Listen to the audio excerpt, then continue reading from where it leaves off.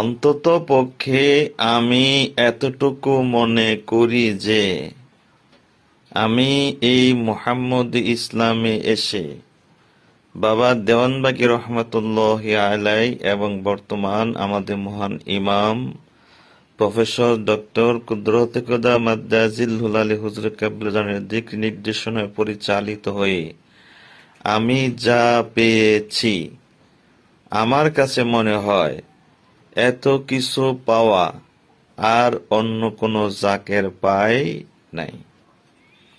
হয়তোবা আমি টাকা পয়সা পাই নাই, আমি কোনো বাড়ি গাড়ি করতে পারিনি, আমার ব্যাংক ব্যালেন্স করতে পারিনি, আমি খুব আরাম আয়েসে স্বাচ্ছন্দ্যে থাকি বা ভালো ভালো খাওয়া দাওয়া করি অথবা ভালো ভালো ভালো পোশাক পরিচ্ছদ পরি, বিষয়টা এরকম না।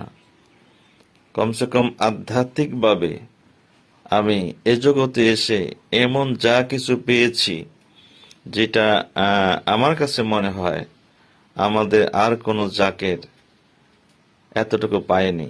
হ্যাঁ, হয়তো অনেকেই বিভিন্ন রকম বালা মুসিবতে উদ্ধার পেয়েছেন, বিপদ আপদ থেকে উদ্ধার পেয়েছেন, বিভিন্ন অ্যাক্সিডেন্ট থেকে উদ্ধার পেয়েছেন, বিভিন্ন সমস্যার সমাধান পেয়েছেন।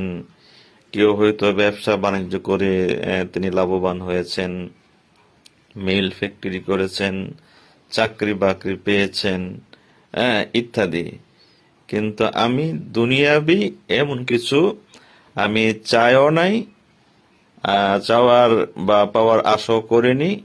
কিন্তু আমি যা চাইনি, মালিক দয়া করেই আমার মহান মুর্শিদ, আমার মহান ইমামের উসিলায় আমি এমন কিছু পেয়েছি যা যা মনে হয়, আমার কাছে মনে হয় যে আর্থিক বা আধ্যাত্মিকভাবে অন্য কোনো জাকের এত কিছু পাই নাই। আলহামদুলিল্লাহ রাব্বিল আলামিন।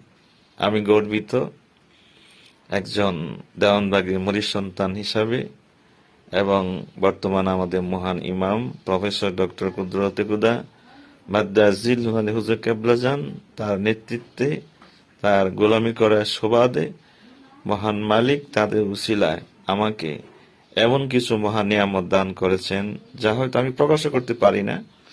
যদিও কিছু কিছু প্রকাশ করি, কিন্তু সবকিছু এমন কিছু বিষয় আছে যেগুলো প্রকাশ করা আসলে অনুচিত বলে আমি মনে করি।